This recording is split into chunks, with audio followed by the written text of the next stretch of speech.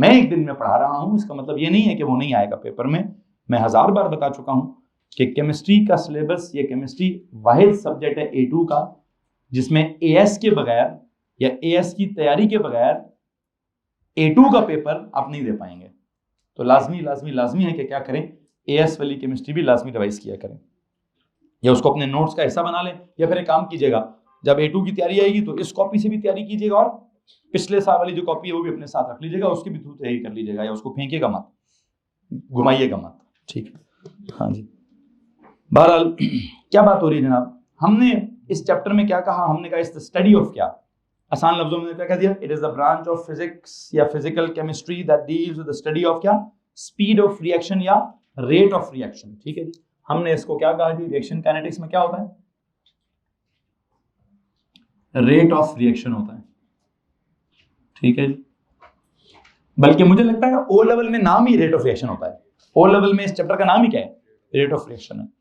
अब rate of reaction के लिए हमें पिछले साल, बल्कि अगर मैं ओ लेवल से स्टार्ट करूं तो ओ लेवल में क्या पढ़ाया गया, ओ लेवल में सिर्फ फैक्टर्स ही पढ़ाए जाते हैं कि what are the factors that affect the rate of reaction, या कौन सा रिएक्शन स्लो है, कौन सा रिएक्शन फास्ट है, रिएक्शन फास्ट करने के लिए क्या क्या करना पड़ेगा, बस इतना पढ़ाया जाता है ओ लेवल के अंदर।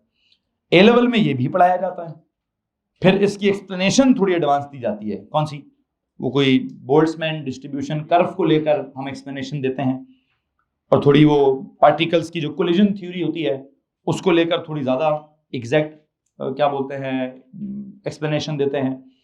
एएस में हम एक एक्स्ट्रा काम भी करते हैं, हम रेट ऑफ रिएक्शन की डेफिनेशन भी बनाते हैं, रेट ऑफ रिएक्शन का फॉर्मूला भी बनाते हैं।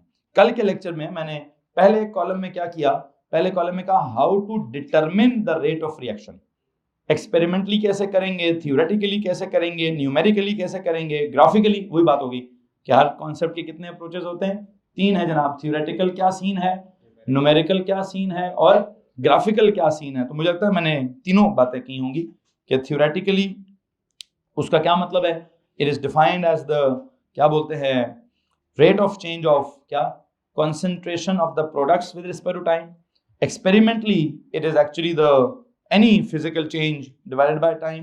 Graphically उसी कोई भी ग्राफ बना हो तो उसका क्या निकाल दें, कोई टेंजेंट लगाकर उसका ग्रेडियंट निकाल लें। अल्टीमेटली जो बात है वो ये है कि रेट ऑफ रिएक्शन का फॉर्मूला क्या है, रेट ऑफ रिएक्शन की डेफिनेशन क्या है, फॉर्मूला डेफिनेशन क्या है, क्या जी वो, that is ROR is equal to change in the concentration of products over time.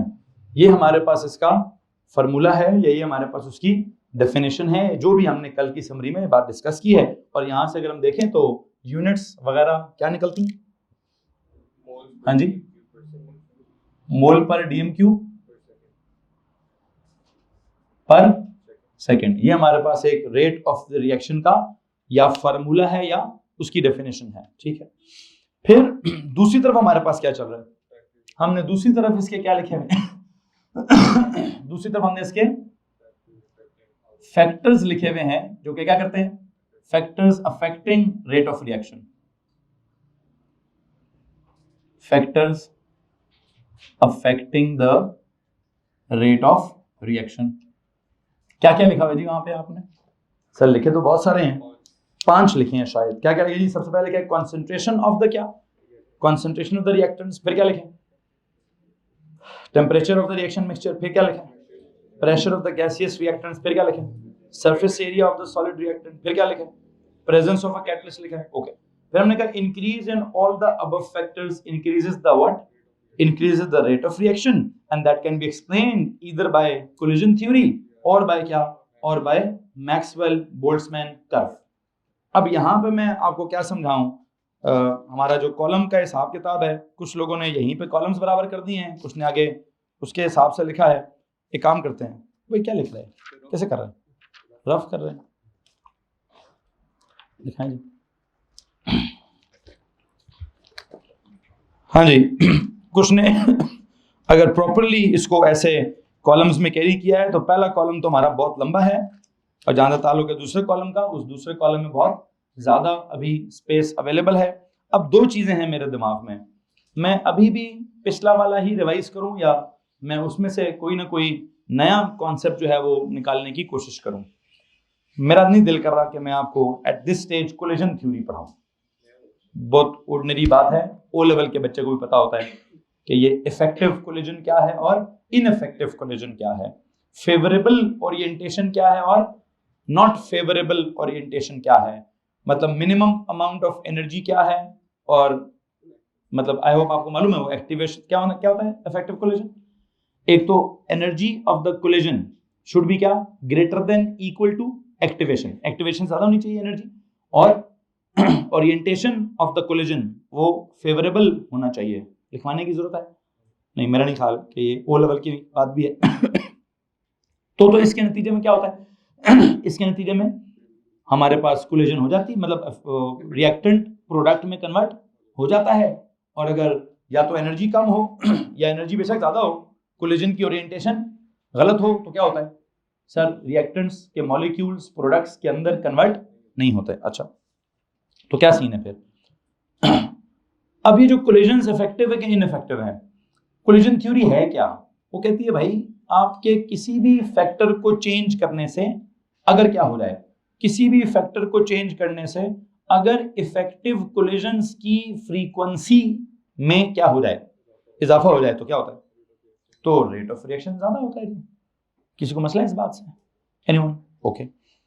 और अगर किसी फिजिकल फैक्टर को चेंज करने से उसमें क्या होता हो, इफेक्टिव कोलिजन्स की फ्रीक्वेंसी कम होती हो, तो क्या होता है, तो रेट ऑफ रिएक्शन कम होता है। अच्छा, अब इस वक्त बजाय इसके कि मैं पांचों ऑप्शंस को एक्सप्लेन करूं, आपकी इतला के लिए अर्ज ये है कि मैं इसमें से भी एक ऑप्शन तो एक्सप्लेन करना चाहता हूं।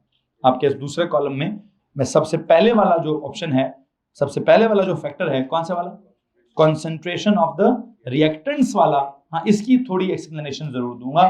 क्यों? इसके ऊपर मेरा अगला चैप्टर खड़ा है। किसके ऊपर जी? हमारा जो A2 का चैप्टर है वो इन पांचों के पांचों फैक्टर्स को एक्सप्लेन नहीं करता, इनमें से एक ही फैक्टर है कहता उसी के ऊपर पूरा A2 है। किसके ऊपर? कॉन्सेंट्रेशन ऑफ द रिएक्टेंट्स की बात को अगर मैंने पूरा समझा दिया, उसी की इक्वेशनें निकाल दी, उसी के न्यूमेरिकल्स, उसी की थ्योरी बना ली, तो अच्छा खासा वक्त गुजर जाएगा और चैप्टर खत्म हो जाएगा। बाकी के फैक्टर्स की इतनी लंबी चौड़ी एक्सप्लेनेशन नहीं है हमारे सिलेबस में। बहरहाल मैं करना क्या चाहता हूं, सुने जरा गौर से, आप जरा पहले वाले को हाईलाइट करें। कौन से वाले को? Factors affecting the rate of reaction में क्या था, कौन जनाब? क्या जी? Concentration of the reactants. Hello जी, मैं इसको एक्सप्लेन करना चाहता हूं, प्लीज इसको हाईलाइट कर लीजिए। इस कॉलम में आप बहुत कुछ लिख चुके थे। मैं इस कॉलम में क्या लिखवाना चाहता हूं, कॉन्सेंट्रेशन ऑफ द रिएक्टेंट्स की ऑर्डिनरी लेवल या कॉन्सेंट्रेशन ऑफ द रिएक्टेंट्स का एडवांस्ड सब्सिडरी लेवल अभी लिखवाना चाहता हूं। A2 लेवल में भी नहीं डेवलप करूंगा, देखता हूं मुझे क्या कहानी आपको सुनानी है क्या नहीं। एक बात बताएं यार, आपने क्या पढ़ा हुआ है इस कॉन्सेप्ट के साथ? आई होप आपने जो मैंने नोट्स भेजे हैं उसको रिवाइज किया होगा या कुछ ना कुछ किया होगा। Anyone please raise your hand and explain the effect of क्या, concentration of the reactants on the क्या, on the rate of reaction either by collision theory और by, अगर आप मैक्सवेल डिस्ट्रीब्यूशन कर्व सुनाना चाहते हैं, जो कि मेरा नहीं ख्याल है, कंसंट्रेशन के साथ हमने कोई कर्व नहीं पढ़ी हुई, कंसंट्रेशन के साथ हमने क्या पढ़ा हुआ है, वो सीधी सीधी कोलिजन थ्योरी पढ़ी हुई है। तो अगर आप में से मुझे सुनाना चाहते हो तो प्लीज हाथ खड़ा कीजिए। एनीवन? और यार ओ लेवल का सवाल पूछ रहा हूँ, पता है, ये जाती ना किया करो, ना भी आता हो हाथ खड़ा कर दिया करो, कोई भी रैंडमली। हमाद साहब एक्सप्लेन करो भैया। हाँ, ऊंचा बोलोगे। पहले कंसंट्रेशन का मतलब समझाओ। Moles per unit volume. तो मोल्स पर यूनिट वॉल्यूम मतलब क्या होगा? Number of particles per unit volume. Moles per unit volume अगर ज्यादा हो जाए तो number of particles per unit volume, तो क्या होता है, मतलब जब एक यूनिट वॉल्यूम में पार्टिकल्स की तादाद ज्यादा हो जाएगी तो ऑफ कोर्स क्या होगा, ऑफ कोर्स उनके नंबर ऑफ कोलिजन्स ज्यादा हो जाएंगे। तो जब जनरल कोलिजन ज्यादा हो गए तो उसमें से इफेक्टिव वाले कोलिजन्स भी ज्यादा हो जाएंगे। जब इफेक्टिव वाले कोलिजन्स की फ्रीक्वेंसी ज्यादा हो जाएगी तो क्या होगा, तो amount of the product formed per unit time क्या हो जाएगी, ज्यादा हो जाएगी। तो हम क्या कहेंगे कि रेट ऑफ द रिएक्शन भी क्या हो जाएगा, ज्यादा हो जाएगा। तो आई वुड लाइक कि आप पहले कॉलम में एक सवाल लिखें, explain the effect of increasing the concentration of reactants on the rate of reaction. पहले कॉलम का सवाल है जिसमें बहुत सारी स्पेस अवेलेबल है, उसमें क्या लिखे जी, पीछे पीछे पीछे जाओ बेटा, पीछे जाओ, वहां पहले कॉलम में लिखो। हाँ, इसी के नीचे आपने ऊपर 5 फैक्टर्स लिखे हुए हैं ना, तो जो 5 फैक्टर्स लिखे हुए हैं उसमें से पहले वाले को क्या करो, हाईलाइट करो। हाईलाइट करके उसके नीचे सवाल क्या लिखो, क्या सवाल लिखना चाहिए, क्या सवाल बोला मैंने, explain the effect of the effect of what, increasing the concentration of what, reactant या reactants on the what, on the rate of reaction. Hello, explain the effect of increasing the concentration of the reactants on the rate of reaction. अगर आप में से किसी के पास वो क्या बोलते हैं नोट्स हैं, तो मैंने वहां पे कहीं टेबल बनाया हुआ, वही पिछले साल वाली चाहिए। उस पिछले साल वाले नोट्स में हमने कहीं ना कहीं कोई, अगर आपको याद हो तो एंड पे एक टेबल बनाया था हमने, ठीक है जी। आई थिंक कौन सा वाला, ये कोलिजन थ्योरी वाले पेज के एंड पे हमने कि इंक्रीज इन कॉन्सेंट्रेशन से क्या होगा, इंक्रीज इन टेम्परेचर से क्या होगा, इंक्रीज इन प्रेशर से क्या होगा, सारी बातें लिखी हुई हैं। तो क्या करें जी, कॉन्सेंट्रेशन का हिसाब किताब अगर हम जवाब में देंगे तो हमने क्या लिखा है जी, इंक्रीज इन कॉन्सेंट्रेशन से क्या होता है। जवाब सुने जी, increase in the concentration of any reactant या रिएक्टेंट्स इंक्रीजेस व्हाट, इससे क्या इंक्रीज होता है, कॉन्सेंट्रेशन का मतलब क्या है, मोल्स पर यूनिट वॉल्यूम। तो इसके इंक्रीज करने से बुनियादी तौर पर क्या होगा, इट इंक्रीजेस, इंक्रीज इन क्या, मोल्स पर यूनिट वॉल्यूम ज्यादा हो जाता है। अगर मोल्स पर यूनिट वॉल्यूम ज्यादा हो गए हैं तो मोल्स की जगह क्या लिखूं, increase in number of particles per unit volume ज्यादा हो जाएगा। तो मैं बेसिकली बार बार क्या कर रहा हूं, मैंने पहला लफ्ज लिखा था इंक्रीज इन क्या, कॉन्सेंट्रेशन ऑफ रिएक्टेंट्स। तो मैंने ये कॉन्सेंट्रेशन की मीनिंग लिखी है कि अगर कॉन्सेंट्रेशन बढ़ गई तो क्या बढ़ जाएगा, मोल्स पर यूनिट वॉल्यूम बढ़ जाएंगे। मोल्स पर यूनिट वॉल्यूम बढ़ गए तो क्या हो जाएगा, मैंने उसकी मीनिंग लिख दी, number of particles per unit volume बढ़ जाएंगे। और अगर number of particles per unit volume बढ़ जाएं तो उससे क्या होता है, उससे कोलिजन्स की क्या बोलूं, नंबर ऑफ कोलिजन्स बोलूं या frequency of collisions. I think हमने सीधा सीधा क्या बोला था, फ्रीक्वेंसी ऑफ कोलिजन्स क्या हो जाएगी, बढ़ जाएगी। तो अगला जुमला लिखिए जी, मेरे पास यहाँ जगह नहीं है, मैं यहाँ चला जाता हूँ। इससे क्या होगा, इट विल इंक्रीज इन क्या, increase in the frequency of collisions. ये जो मैंने कोलिजन्स की बात की है, ये तो मैंने जनरल कोलिजन्स की बात की है। अगर जनरली कोलिजन्स बढ़ जाएं तो उनमें और क्या बढ़ जाता है, इफेक्टिव कोलिजन्स भी बढ़ जाते हैं। तो क्या लिखे जी, इससे क्या होगा, increase in the frequency of effective collisions या सक्सेसफुल कोलिजन्स। क्या जनाब, इसको आप इफेक्टिव कोलिजन्स बोलें या क्या लफ्ज था, इफेक्टिव या सक्सेसफुल। आई थिंक दोनों में से कोई भी लफ्ज, इफेक्टिव या क्या बोलते हैं, सक्सेसफुल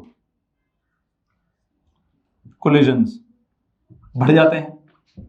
इफेक्टिव कोलिजन्स बढ़ जाएं या सक्सेसफुल कोलिजन्स बढ़ जाएं तो उससे क्या होगा, increase in the amount of क्या, प्रोडक्ट हो जाएगी पर यूनिट टाइम। इससे क्या होगा, इससे इंक्रीज आएगा किसमें, in the amount of product formed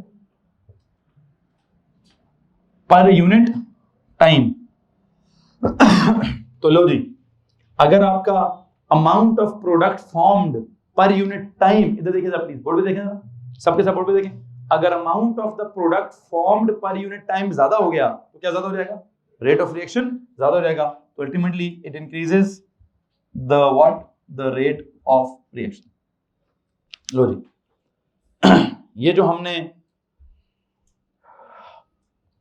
points लिखे हैं ये ओ लेवल वाला बच्चा भी लिखता है, ये पॉइंट्स एएस वाला बच्चा भी लिखता है कि sir ji concentration of the reactants के ज्यादा होने से क्या होता है, rate of the reaction ultimately ज्यादा होता है। ठीक है जी, क्यों ज्यादा होता है? कॉन्सेंट्रेशन ज्यादा होगी तो मोल्स पर यूनिट वॉल्यूम ज्यादा होंगे, मोल्स पर यूनिट वॉल्यूम ज्यादा होंगे तो number of particles per unit volume ज्यादा होंगे, number of particles per unit volume ज्यादा होंगे तो बुनियादी तौर पर फ्रीक्वेंसी ऑफ कोलिजन्स मतलब ज्यादा कोलिजन्स होंगे तो इफेक्टिव कोलिजन्स भी ज्यादा होंगे, amount of product formed per unit time वो भी ज्यादा हो जाएगी, तो रेट ऑफ रिएक्शन भी क्या हो जाएगा, ज्यादा हो जाएगा। तो मेरा एंड का नतीजा ये है, मैं ये समझता हूं कि मुझे ये देना चाहिए कि hence we can say that क्या जी, that the rate of reaction is directly proportional to क्या? It is directly proportional to the concentration of what? Of reactants. Rate of reaction is directly proportional to the concentration of reactants. अच्छा, directly proportional to the concentration of reactants, मतलब ROR is directly proportional to the concentration of reactants, बल्कि concentration of R लिख देता हूं। किसी को मसला इस बात से हैं जी? अच्छा, यहां पे खत्म होता है O लेवल या यहां पे खत्म होता है AS लेवल या यहां से स्टार्ट होता है A2 लेवल? यहां से A2 लेवल कैसे स्टार्ट करूं? बात तो खत्म हो गई है बेटा। प्रोपोर्शनैलिटी को क्या करो, इक्वालिटी में कन्वर्ट करो। इक्वालिटी में कन्वर्ट करोगे तो क्या होगा, एक इक्वेशन आएगी, उस इक्वेशन से अगला काम स्टार्ट होगा। उस इक्वेशन को क्या बोलेंगे और क्या नहीं बोलेंगे, इससे पहले कि मैं वो इक्वेशन स्टार्ट करूं, मैं एक इक्वेशन यहां पे भी लिखी हुई थी वैसे मैंने, जिसमें रिएक्टेंट्स इन्वॉल्व थे। क्या थी वो equation? It was something like ROR is equal to क्या, minus delta concentration of R over क्या, ओवर T। बेटा ये कुछ और है, याद रखिएगा, ये कुछ और है और यहां से जो निकालूंगा वो कुछ और है। ये क्या है, ये रेट ऑफ रिएक्शन का फॉर्मूला है, ये रेट ऑफ रिएक्शन की डेफिनेशन है। क्या इसी क्या मतलब है रेट ऑफ रिएक्शन का? सर इसका मतलब ये है कि कितना चेंज इन द कॉन्सेंट्रेशन आया है ऑफ द रिएक्टेंट्स और ऑफ द प्रोडक्ट्स। अब कितना आया है सर जी, वो प्रोडक्ट्स का कॉन्सेंट्रेशन में जो चेंज आया है विद रिस्पेक्ट टाइम, ये तो रेट ऑफ रिएक्शन का मीनिंग है, ये तो उसकी डेफिनेशन है। हाँ, इसके बाद लिखेंगे तो पॉजिटिव होगी, इसके बाद लिखेंगे तो क्यों, वो कम हो रहा होगा तो वो नेगेटिव होगा, तो उस नेगेटिव को पॉजिटिव करने के लिए पीछे क्या करना पड़ेगा, माइनस लगाना पड़ेगा।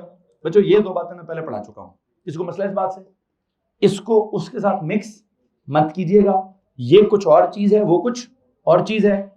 क्या कुछ और चीज है, लिखना नहीं अभी, वैसे आपने सिर्फ सुन लीजिए। अगर मैं कहूं, लिखना नहीं है, चूंकि मैं लिखने का तरीका यहां से कुछ और डेवलप करूंगा। क्या तरीका डेवलप करना है? अगर मैं कहूं रेट ऑफ रिएक्शन जो है वो it is proportional to, it's not just R, किसी रिएक्टेंट की पावर 1 होगी, किसी रिएक्टेंट की पावर 2 होगी, किसी रिएक्टेंट की पावर 3 होगी, किसी का क्या होगा, किसी का क्या होगा। सपोज करो यहां पे मैं पावर ले देता हूं A, और जब मैं उसको प्रोपोर्शनैलिटी को इक्वालिटी में कन्वर्ट करूंगा तो क्या होगा, आएगा कोई कांस्टेंट K इनटू क्या R इनटू क्या पावर A। तो क्या ये इक्वेशन और ये इक्वेशन सेम है? हाँ है, तो वो भी रेट ऑफ रिएक्शन की है, तो ये भी रेट ऑफ रिएक्शन की, लेकिन ये रेट ऑफ रिएक्शन की डिफाइनिंग इक्वेशन है, ये उसका मीनिंग एक्सप्लेन करने वाली इक्वेशन है।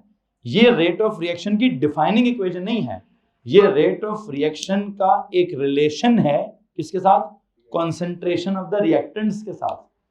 ठीक है जी, कि कॉन्सेंट्रेशन ऑफ द रिएक्टेंट्स के ज्यादा होने से रेट ऑफ रिएक्शन ज्यादा हो सकता है, कॉन्सेंट्रेशन ऑफ द रिएक्टेंट्स के कम होने से रेट ऑफ रिएक्शन कम हो सकता है। उनकी मैंने आपस में क्या निकाली है, एक प्रोपोर्शनैलिटी निकाली है। उस प्रोपोर्शनैलिटी से मैंने क्या किया है, एक इक्वेशन बनाए हैं। हाँ है, वो भी इक्वेशन है, ये भी रिलेशन, बट इसको कहते हैं रेट ऑफ रिएक्शन की डेफिनेशन। इसको कहते हैं रेट ऑफ रिएक्शन की इक्वेशन। क्या कहते हैं? केमिस्ट्री में टर्म क्या इस्तेमाल की गई है? केमिस्ट्री वाला कहता है कॉल दिस क्या? रेट ऑफ रिएक्शन की डेफिनेशन। कॉल दिस क्या? रेट ऑफ रिएक्शन की इक्वेशन। तो उसको क्या? Rate equation. अल्टीमेटली इसको मैं इसका क्या नाम रखूंगा? रेट इक्वेशन नाम रखूंगा। क्या नाम रखूंगा जी? इसका नाम क्या करूंगा? रेट ऑफ रिएक्शन की डेफिनेशन। इसका नाम क्या होगा? रेट ऑफ रिएक्शन की इक्वेशन, जिसको क्या कह देगा? Rate equation. किसको मसला इस बात से? अच्छा, अब मैं इस नतीजे तक पहुंचूं कैसे? वैसे मैंने आपको कहा कि मत लिखिए। क्या नहीं लिखना जी? यहां तक नहीं लिखना, क्योंकि यहां से आगे बेसिकली कहता है जनाब एक लॉ डेवलप करें। इसको क्या बोले? इसके लिए ना कोई रेट लॉ डेवलप करने की कोशिश करें। इक्वेशन हम बाद में बनाएंगे। इस रिलेशनशिप को जो मैंने अभी डेवलप किया है, I believe it is known as क्या? It is known as rate law. And law क्या कहता है? लॉ ये कहता है कि rate of the reaction is directly proportional to the concentration of the reactants but raised to a particular power that is not necessarily equal to the coefficient in the balanced chemical equation. क्या बोला मैंने? पहले क्या होता था?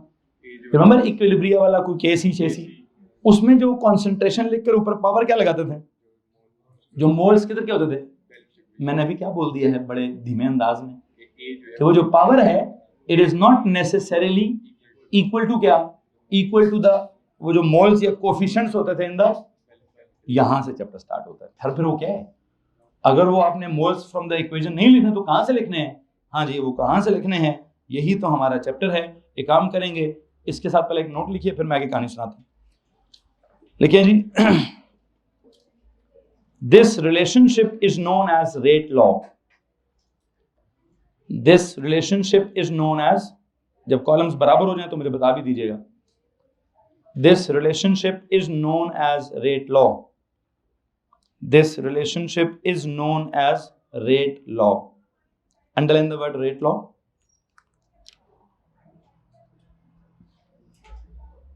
अगर कोई law है तो उसकी तो स्टेटमेंट भी होनी चाहिए। देखिए जी, अक्सर पेपर में आता है what is rate law, define rate law. तो लिखिए जी, it states that, underline the word rate law, this is the start of A2 level. ठीक है जी, जब मैं रेट लॉ की स्टेटमेंट लिखवाने लगा हूं तो यहां से आपका A2 स्टार्ट होता है। अभी आप कॉलम्स खत्म करके लिखना चाहते हैं या उसी कॉलम के अंदर आज का मेरा लेक्चर कंप्लीट करना चाहते हैं, मुझे कोई प्रॉब्लम नहीं है। आप उसी कॉलम को आगे कैरी करें कि कॉलम्स खत्म कर दें कि AS खत्म हो गया है, A2 स्टार्ट हो गया है, आपकी मर्जी है। मैं चाहता हूं कि कॉलम्स के अंदर ही लिखा जाए क्योंकि जगह भी अवेलेबल है वहां पे। क्या लिखना है? इट स्टेट्स दैट, क्या क्या जी? That the rate of reaction, it states that the rate of reaction is directly proportional to the concentration of reactants, directly proportional to the concentration of reactants raised to appropriate powers,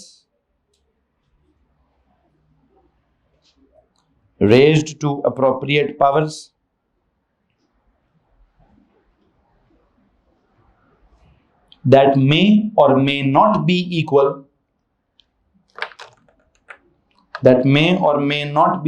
to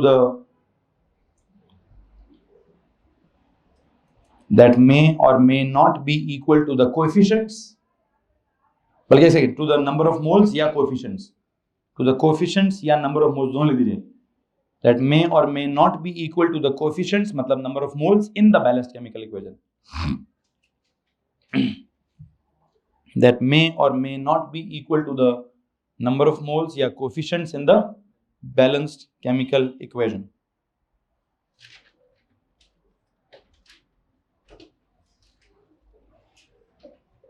वैसे यहां से हमारे पास एक सवाल पैदा होता है कि what are they equal to then, कहां से वो निकाला जाएगा और कहां से नहीं निकाला जाएगा। मैं इसके ऊपर क्या कहते हैं पूरा एक टॉपिक डेवलप करूंगा। अभी फिल वक्त सिर्फ क्या लिख दीजिए, अभी फिल वक्त जो है वो सिर्फ और सिर्फ क्या लिखें, एक रिएक्शन लिखकर उसका मैं कोई रेट लॉ लिखने की कोशिश करता हूं। फॉर एग्जांपल क्या, बल्कि एक काम करें रिएक्शन लिखकर हम क्या लिखेंगे, अभी दोबारा जनरली लिखिए। जनरली क्या लिखें? जनरली इस रेट लॉ को ऐसे लिखें जी, रेट ऑफ रिएक्शन इसी बात को मैं दोबारा लिखता हूं, रेट ऑफ रिएक्शन उसी कॉलम में नीचे जाएं, is directly proportional to the concentration of reactants raised to क्या, raised to the power m, m लिख दें, raised to the power m लिख दें। Rate of reaction is directly proportional to क्या जनाब साहब, पहले तो आपने इधर तो पावर शब्द नहीं लगाई थी ना, अब मैंने कहा raise to appropriate powers that may और may not be equal to the moles. खैर ये लिखने के बाद क्या लिखेंगे, rate of reaction is equal to क्या, कोई ना कोई कांस्टेंट, कांस्टेंट का नाम क्या रखो, रेट कांस्टेंट, क्या नाम रखूंगा उसका, रेट कुछ क्या, रेट कांस्टेंट इनटू क्या, इनटू द रिएक्टेंट्स की concentration to appropriate power. Hello जी, क्या लिखा आपने, rate of reaction is equal to क्या, it is equal to proportionality को आपने इक्वलिटी बनाया, कोई कांस्टेंट लिखा, क्या नाम रखा उस कांस्टेंट का, रेट कांस्टेंट नाम रखा, फिर आगे रिएक्टेंट्स की कॉन्सेंट्रेशन लिख दी और उसके ऊपर क्या कर दिया, उसके ऊपर एक पावर लगा दी, और उस पावर का क्या करें, पावर जो है वो पता नहीं कहां से आएगी कहां से नहीं आएगी। खैर बहरहाल इस इक्वेशन को जो, बल्कि एक सेकंड एक और काम करता हूं, मैं भी इसको सिंबल्स में लिखता हूं, रेट इक्वल्स क्या, rate constant is something like K into क्या, concentration of R, the reactants power क्या m, यूं लिखें। अब जो रेट की इक्वेशन बनी है, पहले रेट की क्या इक्वेशन थी, ये इक्वेशन नहीं क्या थी, डेफिनेशन थी। अब जो रेट की इक्वेशन बनी है वो क्या बनी है, ये कुछ और है वो कुछ, वहां डेल्टा आर ओवर टी है, यहां डेल्टा आर ओवर टी नहीं है, यहां क्या है, यहां आर की कॉन्सेंट्रेशन है, उसकी एक पावर है और उसका एक कोएफिशिएंट है, और हम इसको क्या कहते हैं, this is known as rate equation. क्या जनाब साहब, देखिए जी, this is known as rate equation, this is known as, this is known as rate equation, this is known as rate equation. और अगर आप स्पेसिफिकेशंस देखें तो वहां सबसे पहली लाइन ही क्या लिखी है, explain and use the terms rate equation. पहली बात ही कहां से स्टार्ट हो रही है, A2 की पहली लाइन लिखी है, explain and use the terms rate equation. तो रेट इक्वेशन से क्या होगा, रेट इक्वेशन से हमारा A2 का लेवल स्टार्ट होगा। आई थिंक आज भी मैंने इंट्रोडक्शन ही डेवलप किया है, रेट इक्वेशन में डेवलप कर चुका हूं, यहां से आगे अब हमारा A2 का टॉपिक स्टार्ट होगा।